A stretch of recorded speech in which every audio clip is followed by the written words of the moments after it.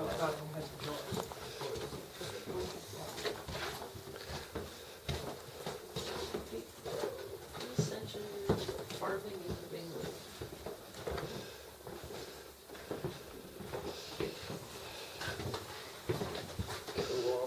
I like it already. I'll bonus to couple cases.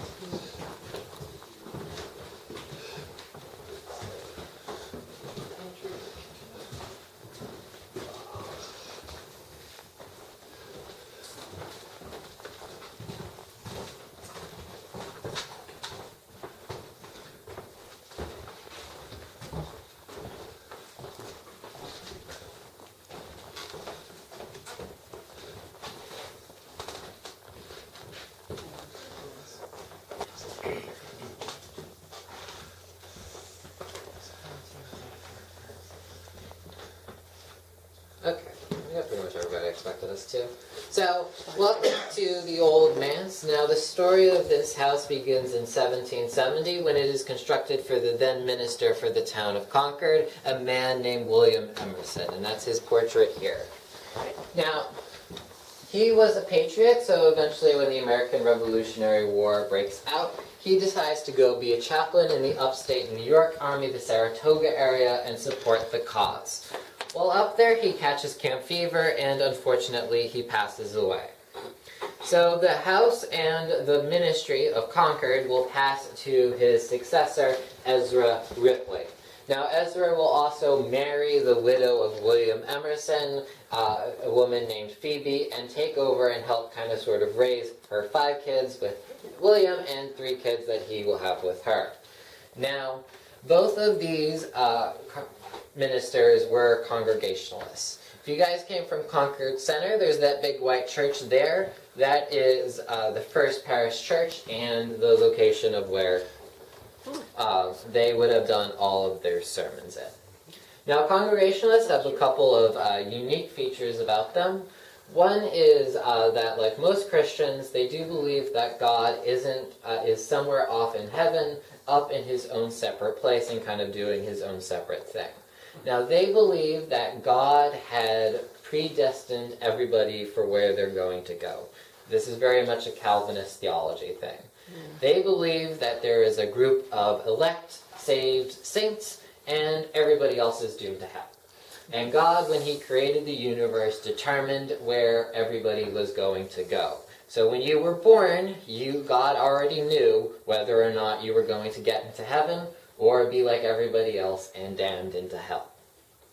Now, the way that you proved that you were an elect saved saint was through a public profession of faith. Congregationalists allow only the elect few saved saints in order to hold upper-level ministerial positions. In order to get there, you have to do the public profession of faith, in which you, in front of the community of fellow members of saints, are designed to give out a speech and kind of sort of say how God touched your life and how you know that God has chosen to save you. And if you think that that sounds strict, it's because it is. Congregationalist members are descendants of Puritan and Calvinist theology. Congregationalists reflect this kind of sort of transition period from the more older style Puritans to Unitarianism and evangelicalism that's going to spring up a little bit after this, when Congregationalists can't keep themselves together and kind of fall apart.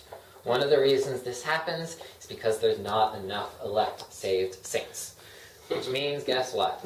You can't really function if you don't have the people who are in a high enough moral authority to take over, and there's so much moral stress going on about whether or not you're an elect or a saved person that you eventually wind up feeling that you're not, which happens to a lot of Congregationalists and Puritan descendants who kind of don't feel like they're living up to their fathers' or grandfathers' stylings. So, Ralph Waldo Emerson, when he is born after Congregationalism really starts to experience its heyday, so eventually it'll collapse and go away, and he will be a Unitarian minister, which is less strict than its older style of Congregationalism. So we are going to head out into the floor right here. And in order to help explain what Congregationalism is about, I use this guy right here. Sorry. No, it's going okay. You're fine.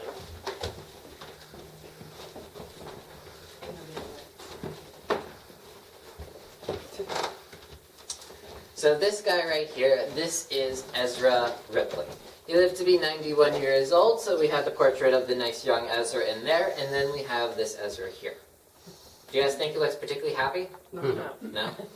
Not so. So, this is Ezra in his old age, looking an awful lot more like the Puritan, strict style of people that you would kind of sort of expect to see. Now, Ezra, the family did have this portrait of old grumpy Ezra, and the funny story is, if you look over here, you see his portrait of his son, Daniel. Daniel was the family disappointment because he decided to become a lawyer instead of becoming the right honorable tradition of becoming a minister. So Ezra hated Daniel.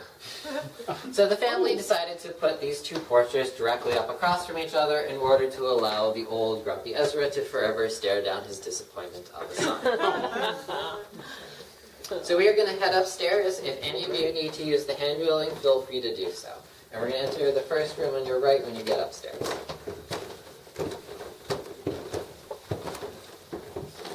Sneak a picture of Steinway. Quite a bit.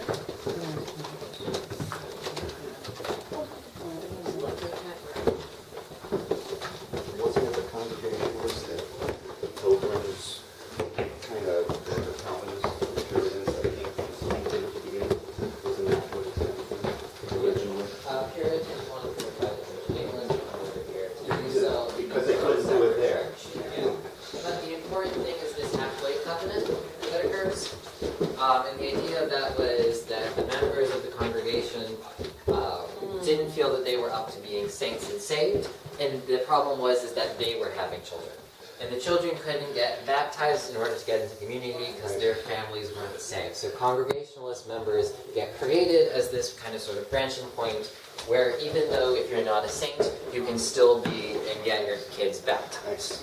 So it is this kind of sort of intermittent period between the Puritans and the more flexible Unitarianisms, who are just kind of more about professions of faith, which aren't that hard to do in some cases. Other Unitarians are.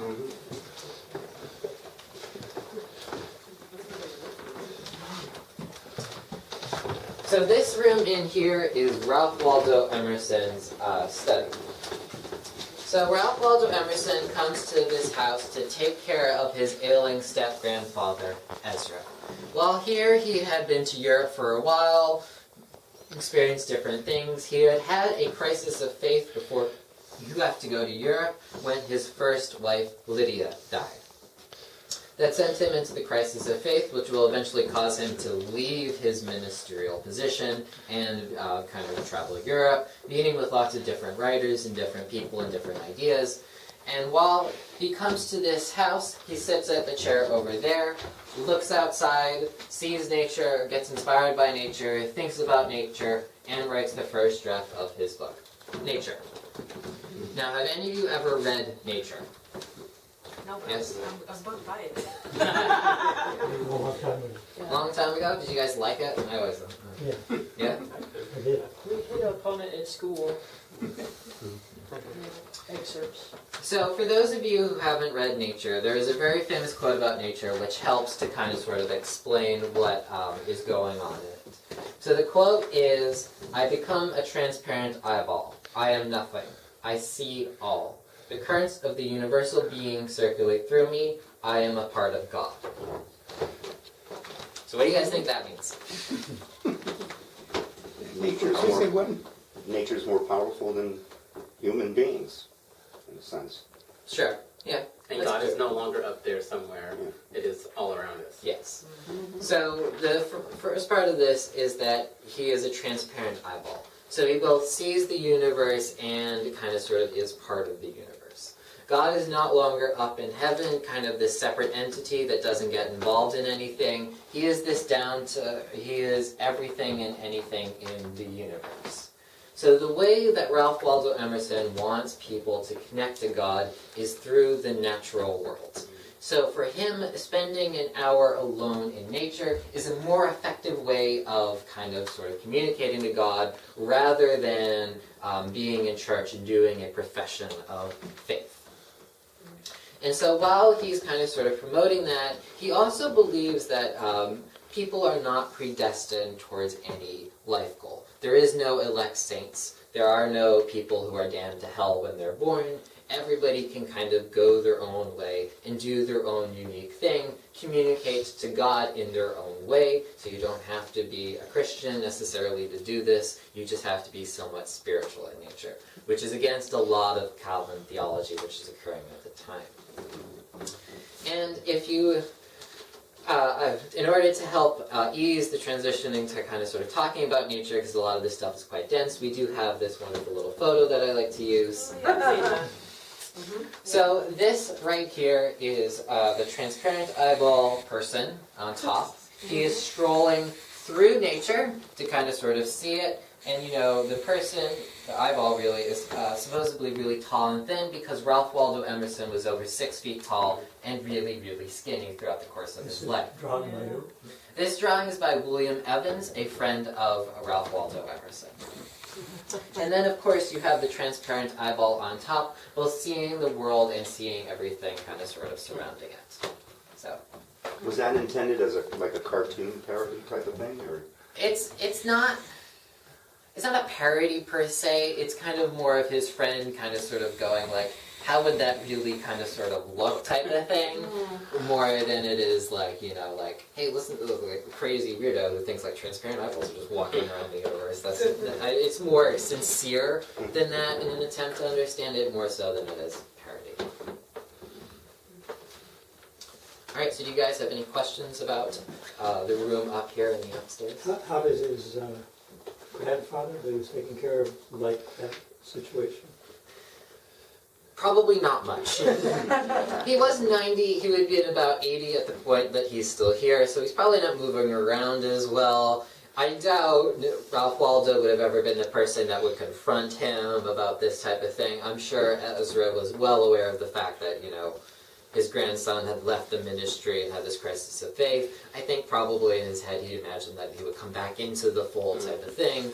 You know, I know and can say for certain that after Ezra dies, Ralph Waldo Emerson does say, write a pamphlet about his step-grandfather, which is a bit mean, in order to kind of phrase it a little bit nicely. It's kind of, it doesn't do a great job of painting his grandfather in a great light. You know, there's a lot of different things happening inside the Congregationalist community at this point. It's really under Ezra's leadership, it manages to stay together, but it splinters very, very quickly after his death. In fact, does splinter throughout the course of his life. You know, you're really starting to see evangelicals and Unitarians kind of sort of tear apart the Congregationalist church in their own separate feelings and theological debates. Is that how it split, the Universalists and the Evangelicals? I mean, they're so opposite. It is somewhat like that. Evangelicals become less important up kind of sort of here, and kind of the modern day evangelicals get to do their own thing, but they are split in between the more Unitarian, Universal Unitarian churches and evangelical churches. It's like Jonathan Edwards, that evangelicals phase. Oh. So much earlier. I mean, I see. Yeah. closer to his lifetime. Right, It all right. must have been pretty bitter for the old man. Well, For William, Ezra, they must have been pretty disheartening. yeah, Ezra spends a good chunk of his life papering over and dealing with the various different theological debates that are occurring within the church. If you ever really want to get into it, there is a lot of like sermons that Ezra has to give, and a lot of the political games that he has to play, and the more side of it of just trying to keep a congregation together. That really is, and this can't be emphasized enough, splitting apart. Yeah. And it's, in no small testament to Ezra's ability to keep everything together that the congregation will actually survive. So it doesn't exist at the moment. No, the parish church where he preaches at becomes a Universalist Unitarian church. And that happens after Ezra's death. But Ralph Waldo still doesn't really like his grandfather. Does right in it. But hey, family drama aside. Yeah. Who is this portrait? Nathaniel Hawthorne. He does stay in this house. He rents it briefly after Ezra's death for 3 years, and while here, he writes, uses the desk here to write Mosses from an Old Manse, his first commercially successful. Were they close, Emerson and? Yes and no. They're both in Concord. Both of them kind of sort of dip and bop around a fair bit. Hawthorne starts off in Boston, as does Ralph Waldo, but Ralph Waldo will move out to Concord. And here, there is a famous incident where the two of them spend 2 hours together during a walk. Ralph Waldo, being Emerson, being the very social and outgoing person, it took him 2 hours to get a single word out of Hawthorne, according to the tradition. Because Hawthorne was a very shy and quiet, reserved person. And if you ever read Scarlet Letter, just imagine that, but encapsulated inside like a human being, and that's all you need to know about it. That's true. Just angst everywhere. Yeah. What date was this house built? 1770.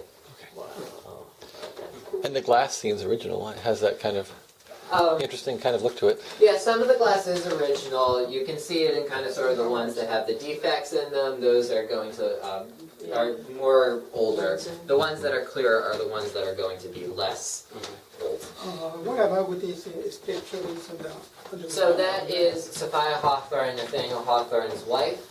She inscribes here, the important parts of the quote are really the second bit in the middle right of the window. It says, Nathaniel Hawthorne, this is his study, 1843. Because she's marking this room down as the Hawthorne space, not the Ralph Waldo Emerson space. Because they both use the same space, and Ralph Waldo Emerson, when Hawthorne's living here, and during Hawthorne's lifetime, he is the more successful and famous person. And Nathaniel, That's a good eye on that. Yeah. I didn't know what you guys were looking at. it's in the window there. Yeah. Oh, I see. Alright, so we are going to head downstairs to our final stop. It's going to be the first door on your right. Oh, yeah. So, any of you need to put your hand on again? Feel free to do so. Take a picture of this. It's hard to do with the sun. This house survived all the bullets. We don't have any. No, I mean during the battle. Yeah, no, we don't have any bullets in the house. Wow.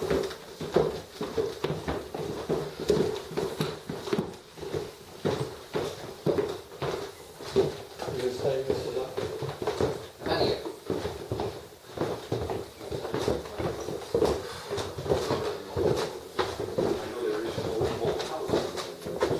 But The bridge. the battle was right there. How did this?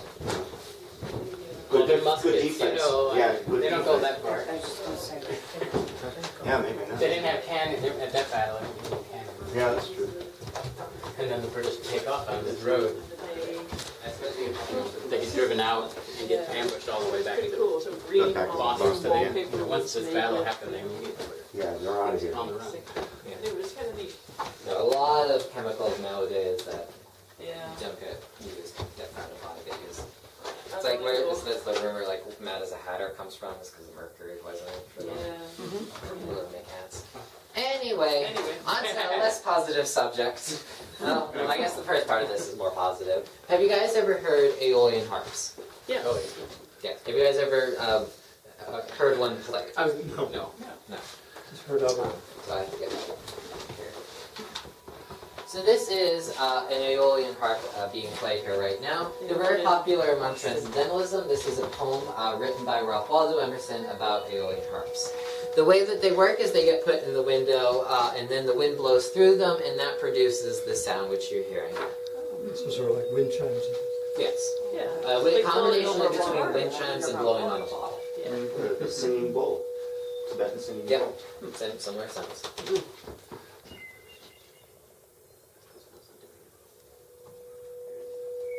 This is a CD, so it is Yeah. artistic in nature, so it's not going to continue to play. This is the one with the like the birds tracking it. I think it's the last one with the train. Cool. So, Ralph Waldo Emerson comes out here to kind of sort of write down his thoughts, which he does. Now, he really doesn't like his time here in this house all that much, but he does really like Concord, the town, the community that he kind of sort of starts getting involved with. 30s, 40s. The 30s. He'll move back here in the 40s, though. and build and have constructed for him the Emerson house, which is where he goes on to live the rest of his life, kind of sort of hanging out there with his second wife, Ellen. And where's that located? It's in Concord. I think you got the names correct. Is Lydia then Ellen? I think it was first Ellen and Lydia. Oh no, it is Ellen and Lydia. Yeah, okay, there we go. Yeah, she's the one that dies young. Then they There you named go. their first child after. I Yeah. don't think you didn't see that one. Right, yeah. They were They don't just know. there. He has this big thing about calling his otherwise Lydia or Lydian or something. It's like, Anyway, so he goes on to live there and kind of sort of for the rest of his life until his eventual death. But while he does really enjoy his time here in Concord while focusing inwards on kind of sort of his own theories and philosophies and everything else. What is the owl story? The owl here? Alright, I'll have to give you. Alright.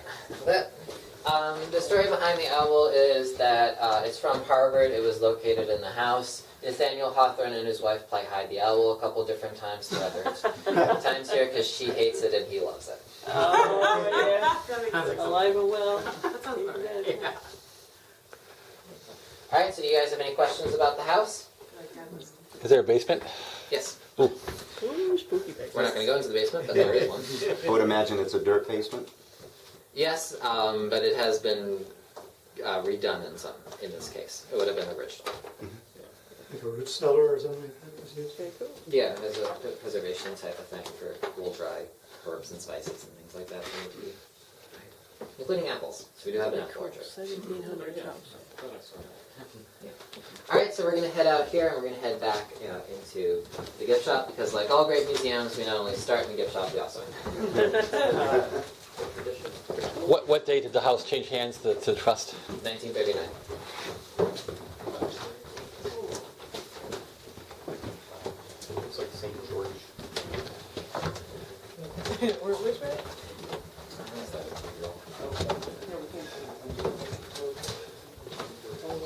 Yeah, watch the board, yeah.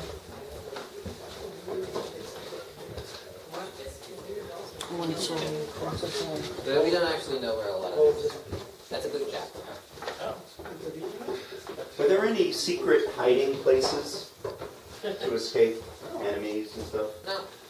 This is the Open minister's on house. cabinet. They felt secure. I know a lot of dated homes do have little hiding nooks. I have friends that live in At old least none that Weathersfield. we found, so. And they didn't use them for the Underground Railroad or anything. We come from Upton and there's a house that is integral in the Underground Railroad. Now you would think that that'd be more common. Yeah, yeah. Does this go upstairs? Is Yeah, it that goes upstairs to the It's called second. soapstone. Soapstone.